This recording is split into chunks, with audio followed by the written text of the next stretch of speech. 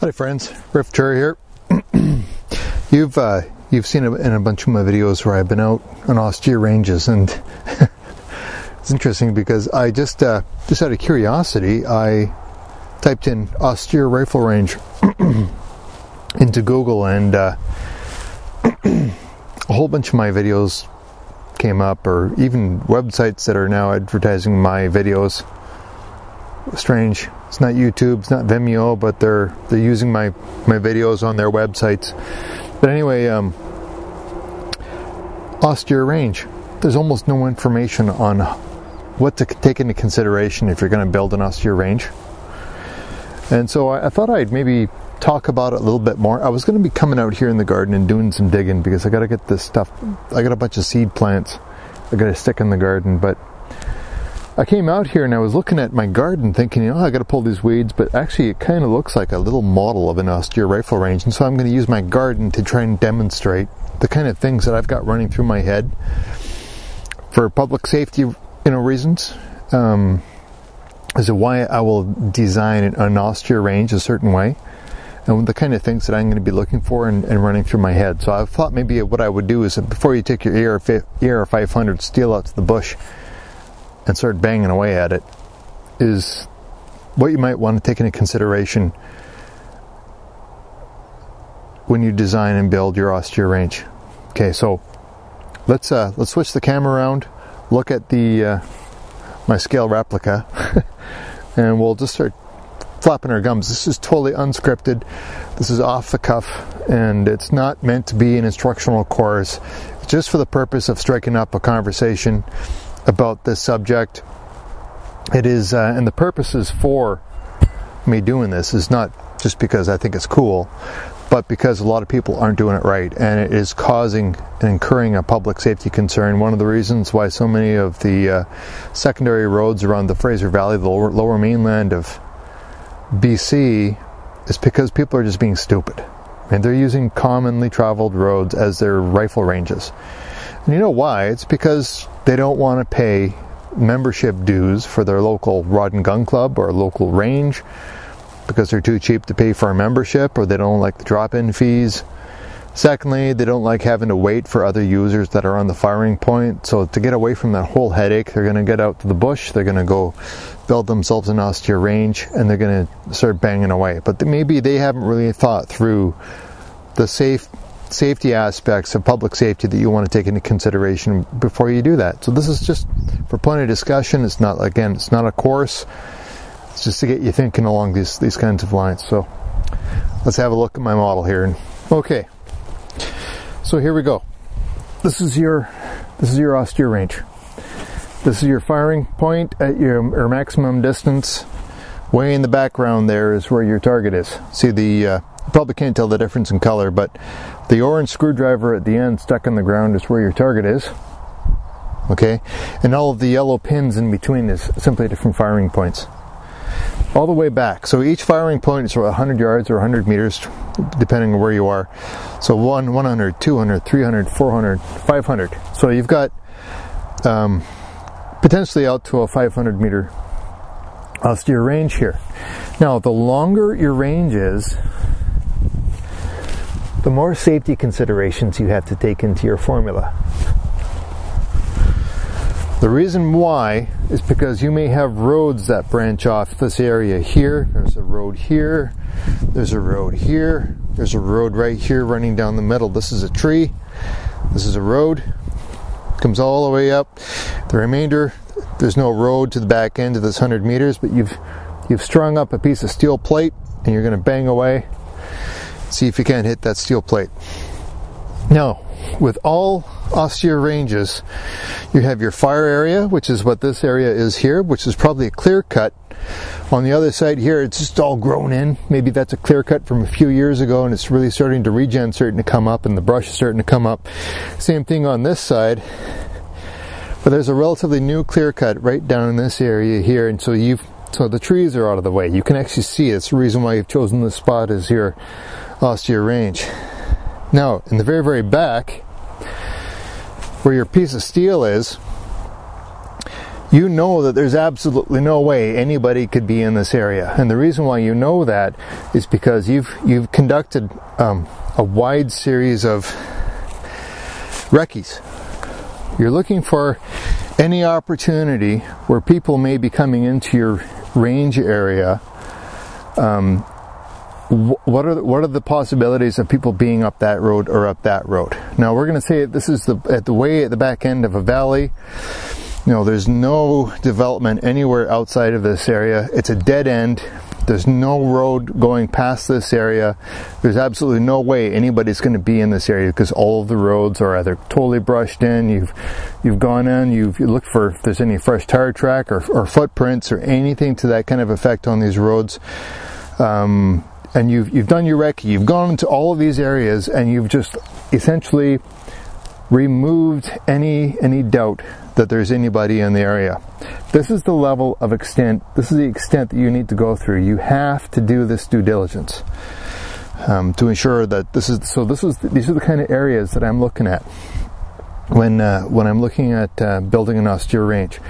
Safety, so effective area, but there's also what's referred to as the danger zone. Now for most centerfire cartridges, like 308, 30-06, I'd include probably a bunch of your smaller belted magnums, is that generally most of it is the danger area is considered to be within 2,000 meters in the direction that you're pointing your firearm is considered to be the danger area. Unless you have a physical backstop, then your danger area is essentially removed.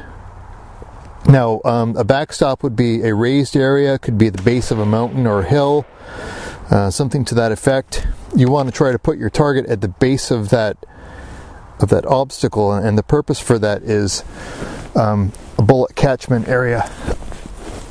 So, if I had, let's say this area here is where my steel is located, I would have a great big huge giant berm. I'm going to choose that area here to, we'll say this could be 50 meters tall. My steel is going to be down in the bottom of this area here. The bullets are going to be hitting this. So there's not going to be, the danger area is still in behind this hill, but it's greatly reduced because of this here. If you don't have that, then the longer your danger area is going to be. Essentially 2,000 meters from your current location in the direction of fire. 2,000 meters is your general danger area. So try to think of it that way. However, if you know you've done your due diligence and you've isolated this area, you know there's no way anybody can be back here. There's nobody there. It's just nothing but trees for miles and miles and miles. Then you essentially have covered. You know, you've done your due diligence and you've done that. You've done that. Now, in this particular circumstance, we have a 500 meter range. It's called a walk back. It's called a 500 meter walk back. So what you'll do is you'll start probably in the 100 meter area just to verify your zero, or maybe it's a 200 meter area to verify wherever your zero is, and then you'll start walking your way back, probably along the road here. You'll have raised areas in your austere range that will be above the brush, so you can see over these terrain recesses and so on, or across these areas that are high with brush, because you're fairly high on the terrain. So you're looking for the high points in your austere range, which is you're going to be measuring from. Essentially what you do is you go get yourself a GPS location where your steel is hung, and then every 100 meters all the way back you'll be looking at your GPS, verifying your distance to target, and checking your zeros at every location.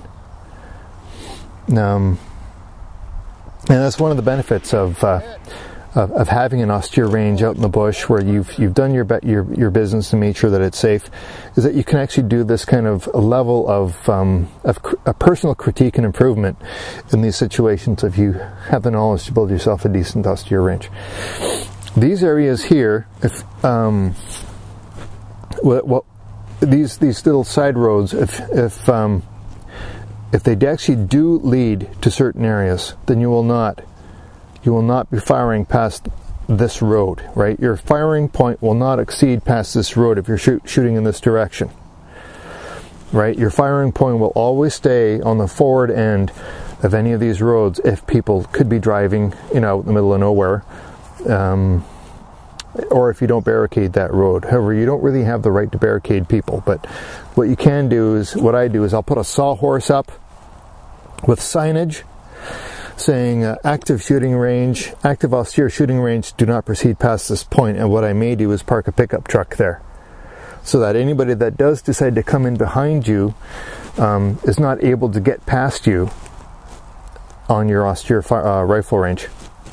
All right, man, I gotta weed this. So yeah, so that's what I'll do. I'll use my truck, or I'll use a sawhorse to try to cover these areas off. If I can't avoid having to move my firing point past this area, then I may need to post a sentry, and then suddenly it becomes a radio controlled range. And of course, sentries will always need to be posted in an area that is in a safe area, meaning that there's absolutely no way that they could actually be having bullets raining in on them, but they are actually able to control access past a certain point within radio coverage. But then suddenly that takes a team to do, and it's no longer really likely going to occur, especially if you're by yourself. You need a team to make a range like that work. And if you need a team, you don't have a team, then you just don't shoot like that. You use the ground the way that you can use it safely. Trying to get 500 meters out of an austere range is, in many cases, a bit of a pipe dream, because there just isn't ground suitable for that purpose. However, those of you that are more in the flatlands in the interior of Canada, or Saskatchewan, Alberta, you know, you've got these flat areas where you can really reach out and touch that steel using precision rigs or whatever kind of rifle platform that you're going to use. You really do have the distance, but so many areas that are in more kind of rolling countryside or mountains, you're very restricted as to where you can go, because the topography is so undulating. You don't have these nice little flat areas. I would also just want to mention is that if you do have a target or a raised really high point somewhere in your rifle range area, is that you're not going to put your target at the top of that raised area, because then you're shooting up, right? And then suddenly your danger area starts to increase, because now you've actually got a wide arc on that. You're shooting high, maybe at the silhouette of a target on the top of a hill, and that's just a bloody dangerous thing to do. Try to avoid that circumstance at all times, because that bullet could go past and just continue on, and suddenly your danger area is increased by doing something silly like that. So that's just a real quick snapshot into some of the stuff that you'll take into consideration if you're looking at building yourself an austere range. You need to isolate the area. Nobody can get in or out unless they go past you first. Now, we've all seen these the videos that Nut and Fancy puts out. He's got beautiful desert in front of him, and then suddenly down below him, right across his left and his right arcs of fire, there's somebody on a motorbike driving by. So he stops, right? And maybe he has put a video out on safety applications of your austere range. Maybe he has, I don't know. I haven't seen every single one of his videos, but it doesn't seem to really matter what gun channel it is that that you see on YouTube. I haven't seen a single channel talk about austere range safety. Maybe it's a liability thing for them. They don't want to recommend something and then end up having somebody get hurt. I believe that accidents are all preventable, and one of the ways that we prevent accidents is by having an open discourse and an open discussion about it before we actually have people do that activity. We want people to do that activity safely and as smart as possible.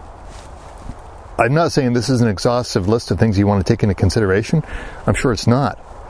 But having your active rifle area, knowing that there's a danger area, even past the point of where you're actually thinking of shooting. Remember, the lowest common denominator is Murphy's Law in accidents, right? Depending on the type of shooting, like for me, I'm not going out and running and gunning. I did one video like that where that was an austere range, but that is the exception, not the rule for me when it comes to austere ranges and shooting. Most of the type of shooting that I do is designed to try to establish zeros at various ranges, and those are all deliberate styles of shooting. Shooting generally prone unsupported, or sometimes prone supported with bags, and just testing zeros, doing scope corrections, and trying to get your dope at all those different ranges. One of the videos I had the most fun doing this was actually with PU Sniper. I think I actually called that video the Austere range. But out with Tudenom, shooting the PU Sniper all the way out to, I think it was 400 or 500 meters, maybe almost 600 meters that day. Unfortunately, that range has grown over and it is no longer really suitable. I can't quite squeeze that distance out of this range anymore, because brush vegetation over the years is starting to get taller and taller, and even the high points along that Austere range, yeah, you're looking through too much grass and too much brush now before you can hit that target. But that was a really good spot because I had a big rock formation at the very back end. I had my sawhorse with the steel hanging out of it, not down low, but halfway up. But there's a huge rock hill in behind the target. So I mean, I was good that way. The danger area was significantly reduced, and what a great range that was. So I am going to have to look for a replacement now, unfortunately, but I have a couple good spots. One of the tools you're going to want to try to use is Google Earth. Use Google Earth to kind of, you can get yourself kind of down low. You could try to find the raised areas in the terrain that you could use as a bit of a backstop to reduce your danger area. You can generally see where recent openings in the whether it's clear cuts or for tree cutting or right of ways and so on. Knowing where the populated roads are, where the traffic is, where human beings might be. And just try to get those ones even off your shopping list, because we got to do recce. We got to go out and identify these sites before we actively start using them. We got to go check all the roads, make sure there's nobody coming in or out.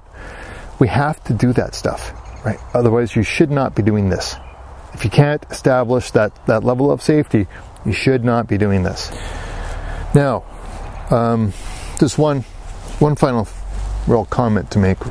And it has to do with, we talked about where people are. I mean, it's not something you want to be doing near recreation sites or camping areas. People are trying to enjoy their weekends. They're trying to relax and rest after, a grueling week of work, or maybe they just need to get away from it all. What they're looking for is peace and quiet. And the last thing they want to hear is, you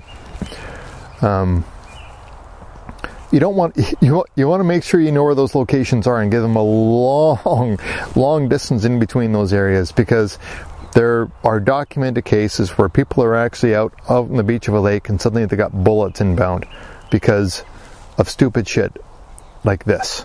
Because that's a real public safety concern, okay? Families, kids playing on the beach in a recreation site or in a park, and some jerk is up on the hill not realizing what he's doing and how he's affecting the people around him, how he's endangering people. That's just stupidity. One last thing, and it has to do with how you're attired, right? People that are out wearing total camouflage, faces painted up, wearing camouflage, that gives people cause for concern, just a little bit. But if you're not trying to be hidden, you're trying to be visible. I mean, look how I'm dressed right now. It's obvious I'm not trying to hide. I'm not trying to subdue and disappear into the terrain. I want to be visible. I want to be overt. I do not want to be covert. What that does, the fact that I've got signage up, I'm trying to educate anybody that may be coming up behind me as to what could be going on, and I'm not trying to hide my presence from them. Right? It's about public safety, and I'm doing this right. Be visible. That's all I'm saying. Riflechair signing off. Hope you're all doing well, and as always, Maple Leaf up.